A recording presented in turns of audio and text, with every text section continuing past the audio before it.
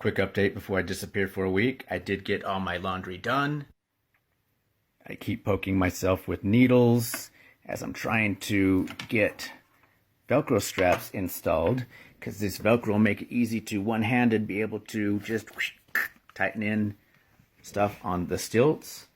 Getting my ass kicked with the servo software, Python. Who knows what Python even is, but I have it so that kind of works.